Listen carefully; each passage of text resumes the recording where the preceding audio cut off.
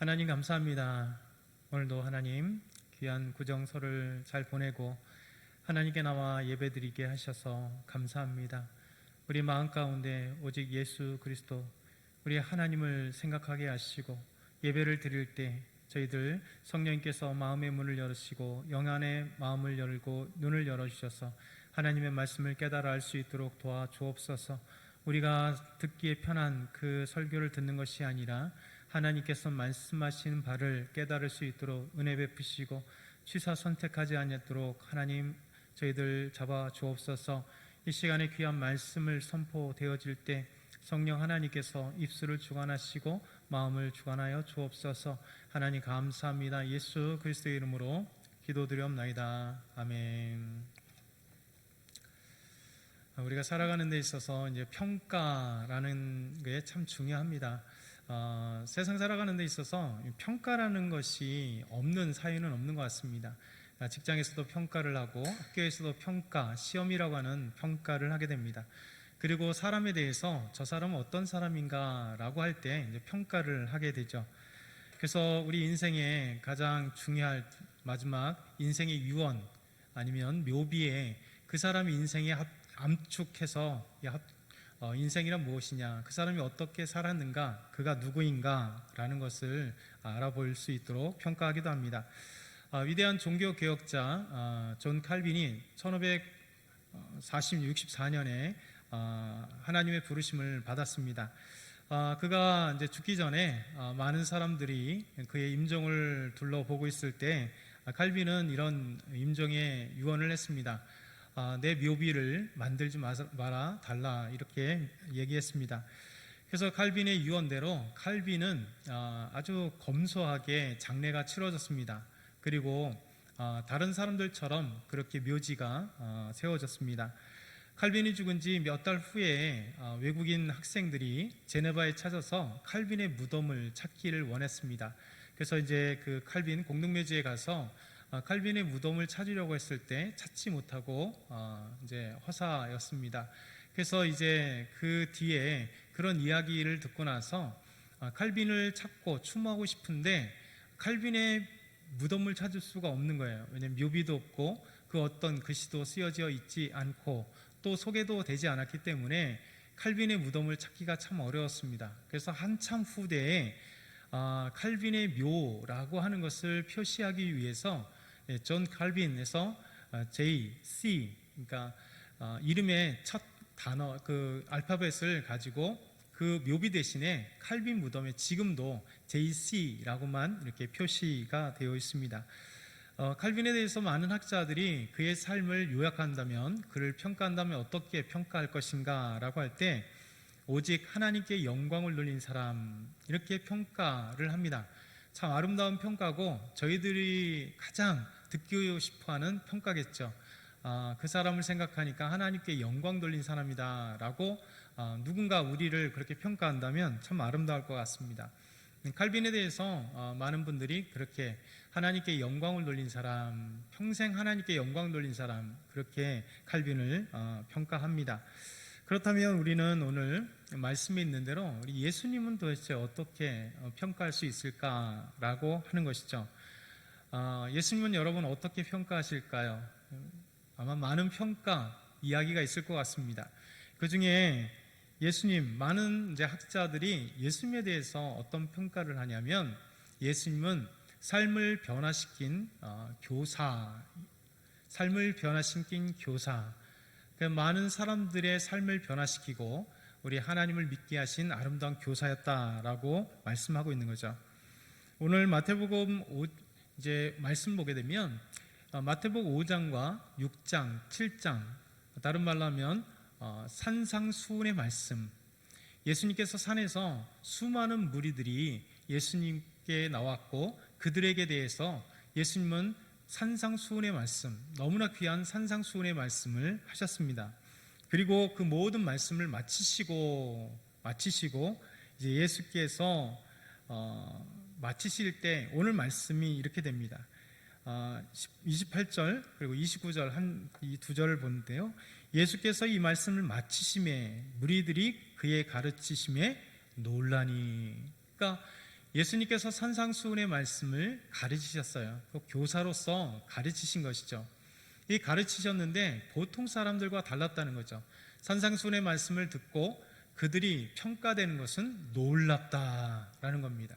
그러면서 29절에 이는 그 가르치시는 것이 권위 있는 자와 같고 그들의 서기관들과 같지 아니함일러라.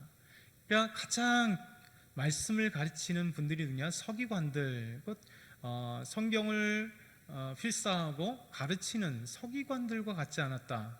그러니까 하나님의 말씀을 항상 필사하는 평생의 직업, 그리고 모든 사람들과 구별되는 말씀을 기록하는 서기관들, 그 서기관들과 달랐다라고 평가하고 있습니다.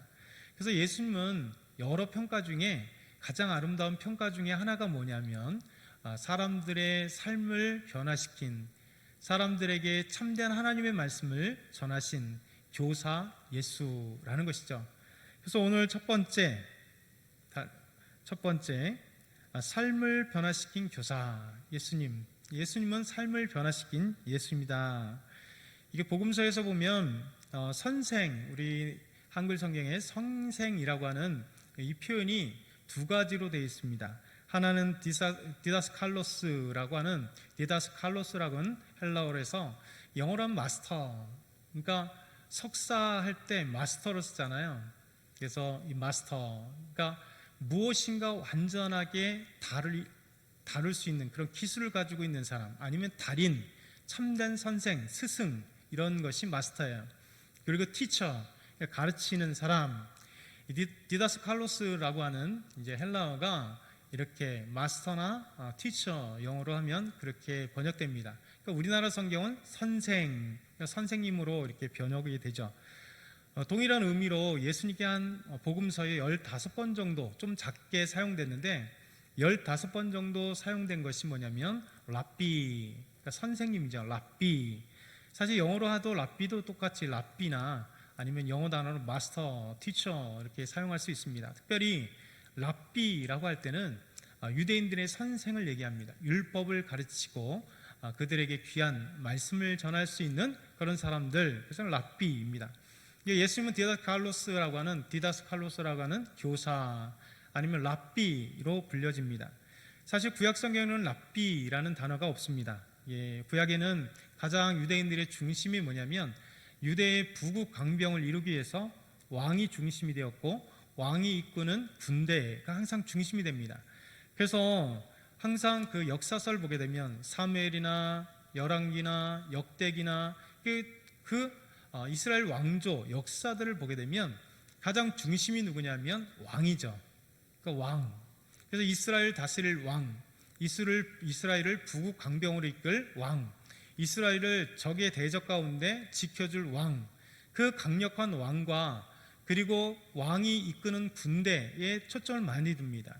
그래서 이스라엘 쳐들어온 수많은 적군들과 싸웠던 왕과 그의 군대들, 왕이 이기 전에는 사사들, 하나님이 구원자로 세운 사사들, 그 사사를 어떻게 세워서 미디안이나 여러 족속들, 그 쳐들어온 이민족들을 어떻게 그들과 싸워 해방시켰는가에 대해서 관심을 든 거죠.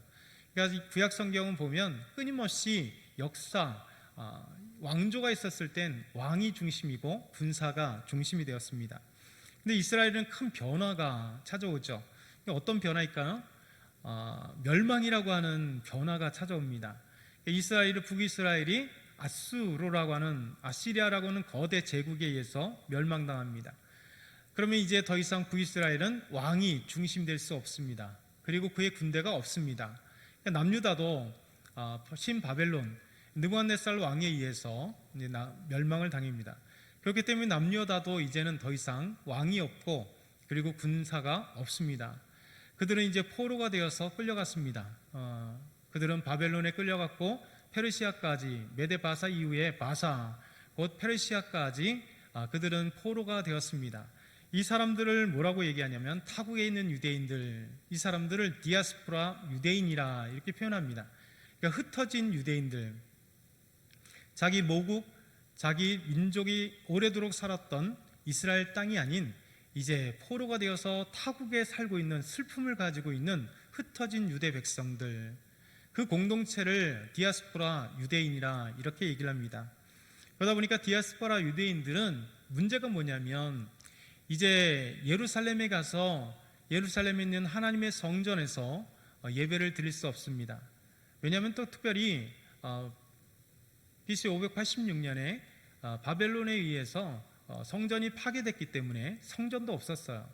그러니 고향 땅에 가도 성전에서 예배를 드릴 수 없고 그곳에서 하나님의 말씀을 들을 수도 없고 이제 자기들은 유대 땅이 아닌 저 먼 곳에서 디아스포라 유대인으로 살았기 때문에 그곳에서 있는 이 유대인들은 이제 하나님께 예배를 드릴 수 없었고 율법을 교육받을 수 없었습니다. 그래서 그때 생겨난 것이 뭐냐면 새로운 교육제도 회당이라고 하는 것이 생겨나기 시작합니다. 그러니까 디아스포라 유대인들, 이스라엘 땅을 떠난 유대인들이 이제 하나님의 말씀을 가르쳐야 될 그 곳이 필요했고 그것이 회당인 거죠. 그러니까 신약 성경에는 계속 회당이 많이 나옵니다. 회당장 야이로, 회당에 가서 예수님께서 한손 마른 사람을 치료하시고, 회당에 가서 바리새인들과 함께 율법학자들과 함께 말씀을 나눠보고, 이런 회당이 계속해서 등장하지만 이것은 바로 이렇게 디아스포라 유대인들, 포로된 이후에 생긴 것이 종교기관이고 교육기관이 바로 회당인 것이죠. 이 회당이 생기면서 랍비가 생긴 것입니다. 그곳에서 하나님의 말씀을 가르칠 교육기관이 생겨난 것입니다. 그래서 학자들이 얘기하기를 이렇게 얘기를 합니다. 로마에는 군대가 있었고 그리스는 문화가 있었고 그리고 이집트는 부가 있었고 페니키아는 선박이 있었고 유대에는 책이 있었다. 그러니까 그만큼 교육이라고 하는 것이 유대인들에게는 아주 중요했던 것입니다. 회당에서 회당을 중심으로 이제 말씀 교육들이 일어나기 시작합니다. 그래서 회당에서 하나님의 말씀을 가르치고 그곳에서 말씀을 가리키는 사람들이 디다스칼로스라고 하기도 하고 또 랍비라고도 하기도 하는 것이죠. 이 랍비들은 대부분 성경을 가리키는 분들이기 때문에 유대인들에게 아주 존경받는 사람들입니다. 특별히 예수님 당시에도 랍비는 아주 중요한 율법을 가르치는 아주 귀한 선생님들이었습니다. 그래서 랍비의 가문들이 있고 유명한 랍비들이 있었습니다. 가장 또 후대에 보면 유명한 샴마이가 랍비예요. 샴마이 랍비를 추종하는 그의 세력들, 그래서 샴마이 학파라고 얘기합니다. 그리고 힐렐 학파, 힐렐이라고 하는 랍비를 중심으로 해서 그가 성경을 해석하고 하는 그런 큰 학파를 이뤄서 힐렐 학파라고 얘기했습니다. 이 랍비들은 성경을 가리킬 때 항상 뭐라고 얘기하냐면 자기도 분명히 권위가 있으나 더 정확한 해석과 권위를 가지기 위해서 우리 랍비 삼마이가 말하기를, 우리 랍비 힐렐이 말하기를, 이 말씀은 이렇다라고 얘기를 했습니다. 그 당시에 대부분의 선생들이나 랍비들이 그렇게 가장 유명하고 권위 있는 어떤 랍비의 해석에 근거해서 이렇게 얘기를 하죠. 여러분, 이것은 그 전통이 오랜 전통입니다. 이 당시에 랍비들만 그랬던 것이 아니라 전 세계 후대에도 마찬가지입니다. 지금도 마찬가지죠. 지금도 어떤 학문을 얘기할 때 가장 정통성 있는 이론, 그래서 정설이라고 얘기죠. 그 정설을 끌어낸 학자, 우주론이라면 대폭발론, 빅뱅 이론이라고 하는 그게 정설처럼 여겨집니다. 빅뱅도 여러 이론 중에 하나이고 빅뱅 한 가설에도 수많은 이제 가설이 있어요. 근데 이제 그것을 얘기할 때 가장 유명한 누구 이렇게 얘기를 합니다. 블랙홀 이론 그 얘기를 하면 스티븐 호킹 박사를 얘기하죠. 그러니까 유명한 사람, 가장 권위 있는 사람의 이야기를 하면서 그 이론을 얘기하는 것이 지금도 그렇게 정설처럼 나눠지고 있습니다. 여러분, 디다스칼로스나 랍비들은 그렇게 가장 권위 있는 사람들을 얘기합니다. 그런데 놀랍게도 예수님께서 말씀하실 때 달라요. 교사이신 예수님, 디다스칼로스나 랍비로 소개되는 예수님은 마태, 마가, 누가, 복음에 의하면 내가 진실로 너희에게 이르노니, 아멘, 레고, 휘몬, 너희들에게 내가 말한다, 진실로, 아멘. 그러니까 진실로라는 단어가 아멘이거든요. 그러니까 아멘, 내가 너에게 진실로 말한다 라고 할 때에 예수님은 힐렐 학파가 아니면 누구, 아니면 누구 그 유명한 사람들의 이야기를 하지 않습니다. 그리고 요한복음에는 진실로가 하나 더 들어가죠. 내가 진실로 진실로 너희에게 이르노니 아멘 아멘 레고 히몬, 너희에게 내가 진실로 진실로 아멘 아멘 너희에게 말한다. 예수님은 이것입니다. 수많은 교사들, 디다스칼로스들과 랍비들은 누구의 이론과 누구의 권위적인 해석을 가지고 누구의 지식을 가지고 너희에게 이른다라며 가르칩니다. 그런데 참된 교사이신 예수님은 누구의 이론을 끌어들이지 않아요. 내가 진실로 진실로 너에게 이른다, 내가 이르노니 라고 얘기합니다. 왜 그럴까요? 예수님은 교사신데 모든 것을 알고 있는 교사예요. 예수님은 이 우주 만물의 모든 원리를 알고 계시고 참된 지식을 알고 계시고 지혜를 알고 계시고 구원을 알고 계십니다. 그래서 내가 뭐라고 얘기합니까? 내가 길이요 진리요 생명이라고 말씀하십니다. 내가 포도나무다, 내가 생명의 떡이다, 이렇게 얘기를 하시잖아요. 그러니까 자신이 온전한 구원의 요체고 지식의 근본이시고 지혜의 근본이시기 때문에 참된 교사이신 예수 그리스도는 누구의 이론과 학문을 끌어들일 필요 없이 내가 너에게 이르노니 라고 말씀하고 있는 것입니다. 하버드대학교 하비 콕스라고 하는 유명한 교수가 있어요. 이 교수님이 하는 얘기가 이런 얘기 있습니다. 도덕과 종교의 강론 중 산상수훈 말씀이야말로 인류 역사상 지적으로 가장 뛰어나고 인용 횟수가 가장 많고 가장 많이 분석되고 가장 논리의 대상이 되고 가장 영향력이 있는 큰 강론이다. 과장된 표현처럼 들릴지 모르지만 그렇지 않다. 그러니까 예수님이 하신 말씀은 가장 많이 인용되고 가장 권위가 있고 가장 많은 사람들이 좋아하고 가장 많은 사람들에게 변화를 일으킨 말씀이 산상수훈의 말씀이다 라고 하는 말씀이에요. 예수님은 사람들을 변화시켰습니다. 이게 가르침은 삶의 변화를 목적으로 하는 거거든요. 여러분, 가르치는 것이 지식을 목표로 한다면 의미 없는 지식이 의미 없는 가르침입니다. 여러분, 요즘에 점점 학교나 학원이 왜 사람들에게 지탄을 받고 우려를 섞고 있느냐. 옛날처럼 선생님은 인격적인 모습으로 아이들에게 다가가고 아이들을 변화시켰어요. 그러니까 여러분들 선생님들 기억나시잖아요. 초등학교 선생님 기억나시죠? 중학교 선생님 중에 누군가 하나 기억나실 거예요. 고등학교 선생님 분명히 기억나실 겁니다. 왜 그럴까요? 그 선생님의 그 지식이 아니라 지식을 가르쳐줄 뿐만 아니라 그분의 그 인격이 보여졌고 나를 사랑했던 그 사랑이 보여졌고 무엇인가 관심을 보여줬기 때문에 나에게 영향을 주었기 때문에 그 선생님이나 교수님이 나에게 오래도록 기억에 남는 겁니다. 여러분, 단순하게 지식을 가르쳐주는 것은 로봇도 할 수 있습니다. 근데 점점 이제 학원이나 학교가 지식만을 가르쳐주는 그런 모습으로 변하게 됐어요. 그러니 선생님들도 얼마나 힘들겠습니까? 사실 그게 근본은 아닌데, 선생님이라고 하는 것은 제자들의 변화, 제자들이 따르고 제자들이 존경하고 제자들이 스승의 그 지식과 함께 삶의 모습을 담고 싶은 것이 도제교육이에요. 선생님과 스승과 제자의 관계입니다. 그러나 많은 선생과 스승의 관계들이 좀 파괴되고 있습니다. 성경으로 돌아오면 예수님은 어떤 교사인가, 어떤 디다스칼로스인가, 어떤 랍비인가, 그분은 삶을 변화시키는 교사라는 것이죠. 여러분, 예수님 말씀을 전할 때 사람들이 변화됩니다. 예수님 말씀이 놀랍게 그들의 영혼을 파고들고 그의 인생을 바꿔 놓습니다.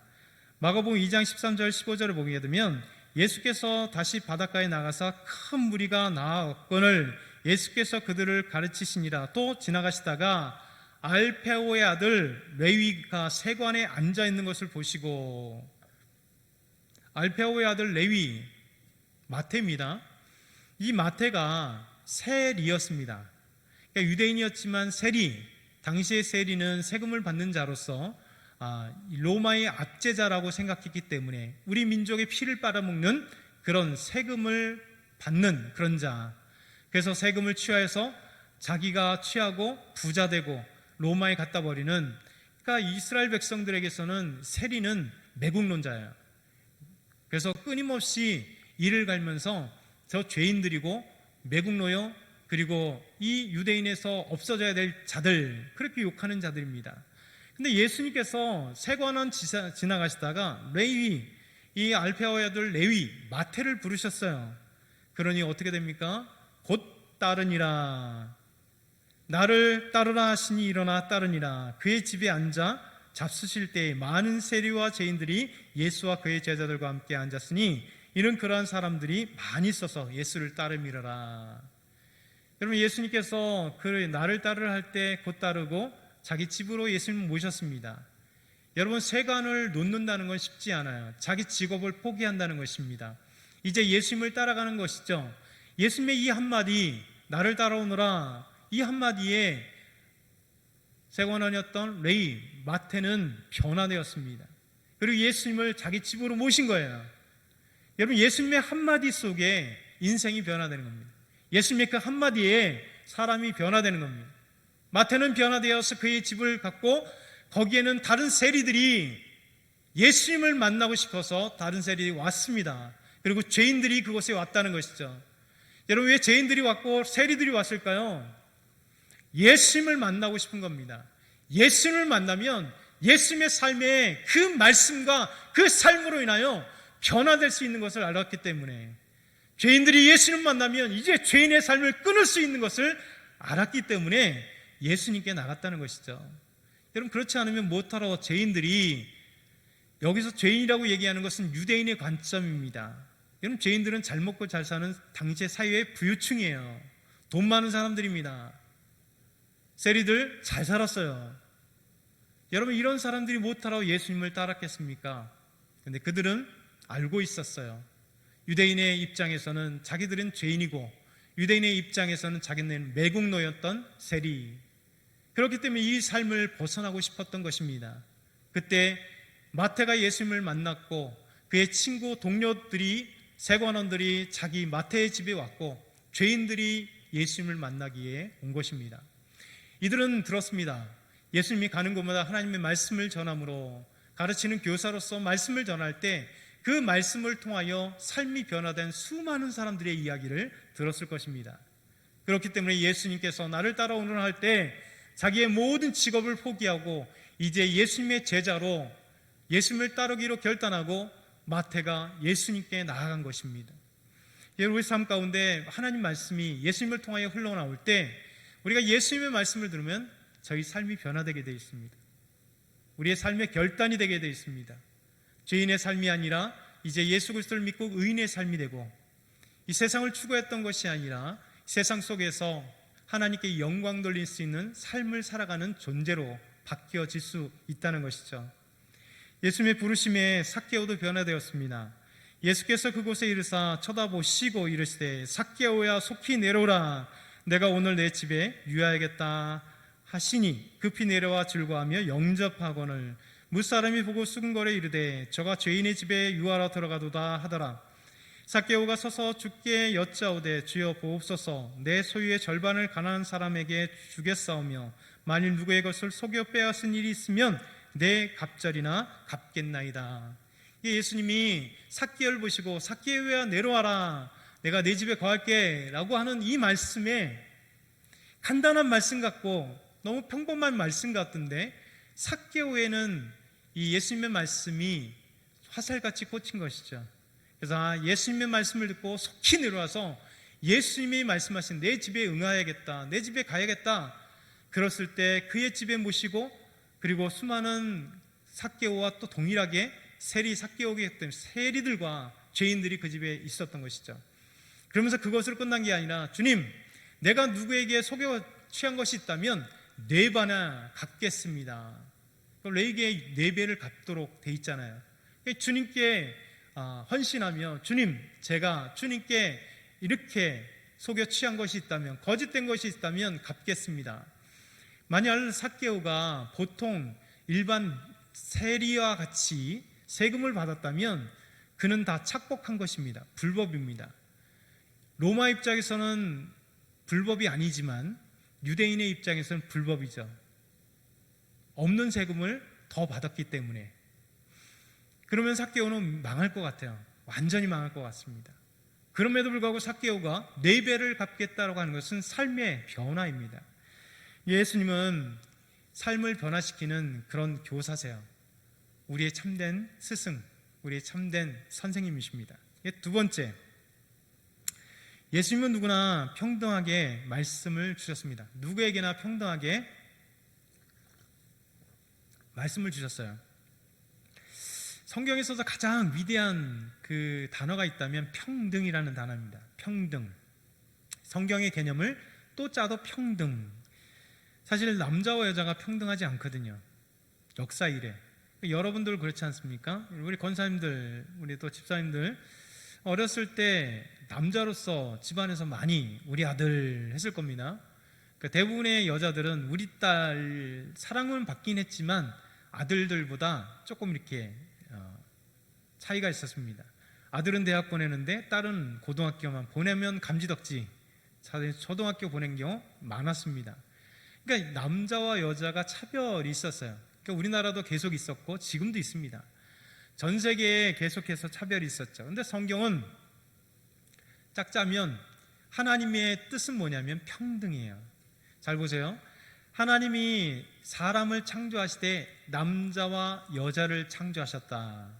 근데 남자와 여자를 어떻게 창조하셨어요? 하나님이 자기 형상과 모양대로.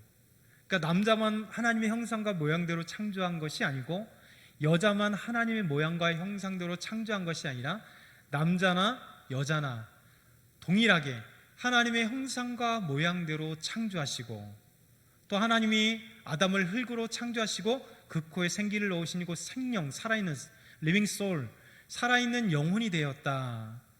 그런데 아담이 깊이 잠들게 하심에 그 갈빗뼈를 추하시고 살로 채워 여자를 만드셨다. 그러니까 하나님은 예술가잖아요. 아름다운 예술가십니다. 그러니까 남자를 흙으로 아름답게 빚어 아름다운 작품을 만드셨을 뿐만 아니라 하나님이 여자 하와를 남자의 갈빗뼈에 흙을 채우셔서 동일하게 지으셔서 아름다운 사람을 만드신, 그러기에 남자와 여자는 항상 하나님 보실 때 동등한 개념입니다. 동등한 개념이에요. 여러분, 역사 이래 성경처럼 남자와 여자를 동등하게 대하한 적이 없습니다. 여러분, 그리스와 로마 시대는 남자와 여자가 동등하지 않았어요. 그리스 로마 시대, 그리스 시대, 그리고 로마 시대, 나중에 그리스가 로마를 정복해서 그리스 로마 시대, 그 그리스 로마 시대에 남자와 여자의 비율이 얼마나 될까요? 남자 몇 명 대 여자 몇 명? 모르시죠? 그래서 제가 알려드리려고요. 남자 140명 대 여자 100명이에요. 이게 무슨 얘기일까요? 자연적으로 남자가 더 태어났고 여자가 덜 태어났을까요? 아니에요. 그렇진 않습니다. 왜 여자가 부족했을까? 그건 무서운 얘기입니다. 그러니까 여자로 태어나면 여자는 갖다 버려서 죽였기 때문에, 그러니까 남자가 140명이면 40명의 여자는 다 죽임을 당한 겁니다. 그래서 1세기 한 남편이 임신한 아내에게 편지한 내용이 그대로 이것을 증명해 줍니다. 신신당부하니 우린 어린 아들을 잘 돌보시오. 내가 집에 가기 전에 아기를 낳거든 아들이면 거두고 딸이면 버리시오. 임신한 자기 아내에게 남편이 편지할 때, 내가 가기 전에 혹시 아기를 낳을 때 남자면 당연히 거두지만 여자면 갖다 버려라, 죽이라는 거죠. 이게 그 당시의 모습이었습니다.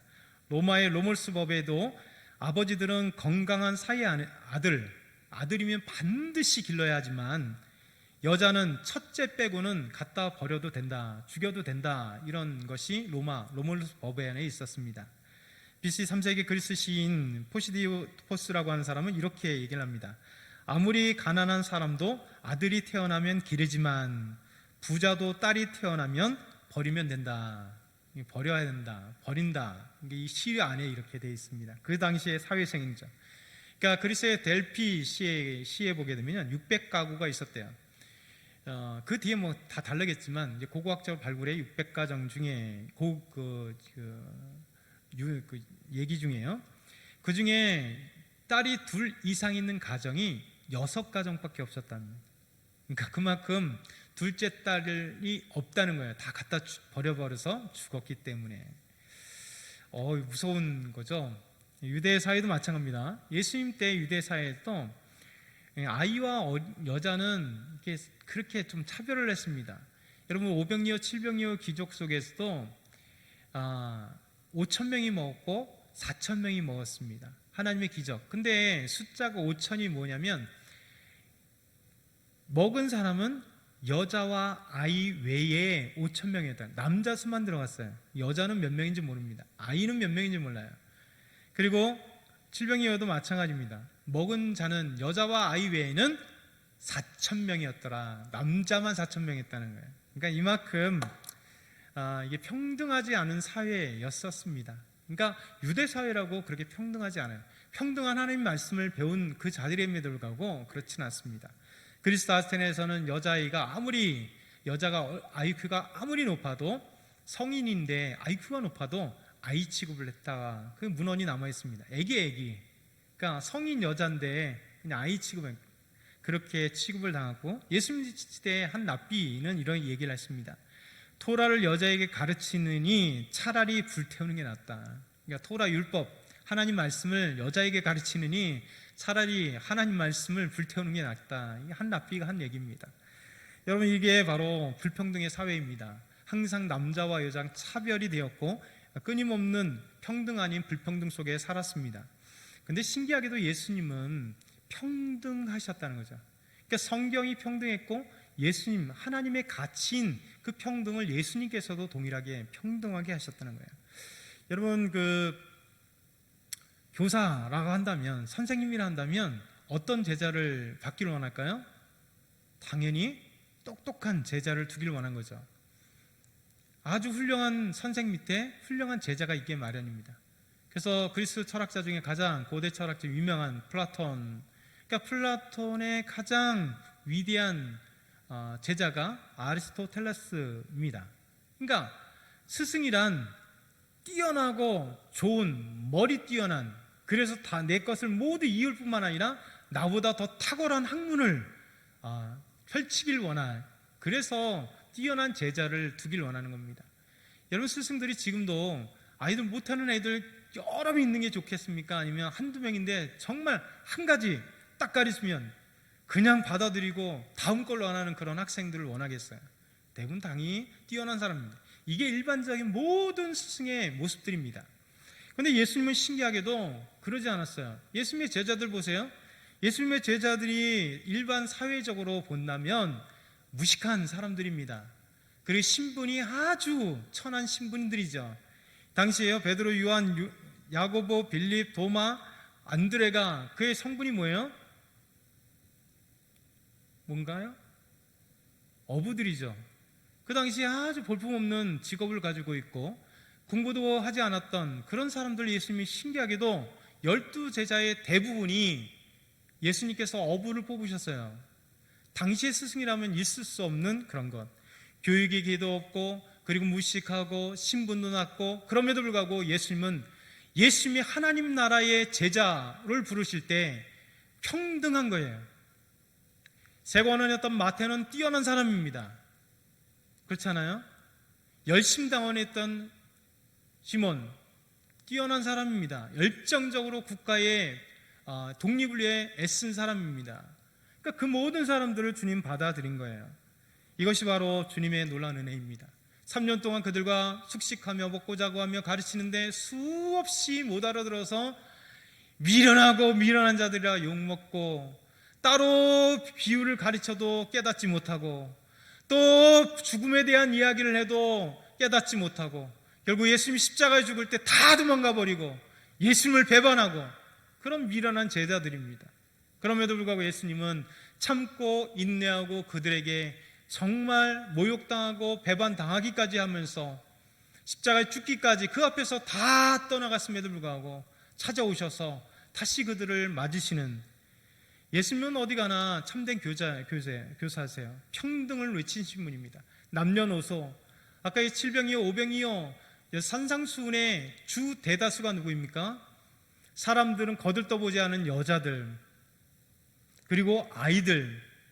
예수님께서 안수받기 위하여 아이가 왔을 때, 부모가 데리고 왔을 때 제자들은 혼냈습니다.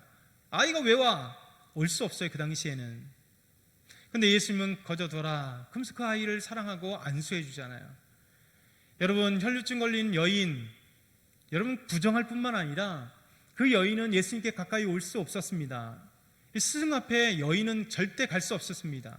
근데 예수님 그 옷자락을 만지면 나을 거리라는 마음을 갖고 그 옷자락을 만졌어요. 그리고 그가 나왔습니다. 여러분, 그 여인을 칭찬해 주잖아요. 예수님의 마음입니다. 여러분, 이 예수님이 이 놀라운 것들이에요. 우리에게 진짜 참된 평등을 외치시고 말씀해 주신 것입니다. 마지막 세 번째, 예수님을 믿고 따르는 자들은요, 예수님의 교육 그 뜻대로 교육을 펼쳐나갑니다.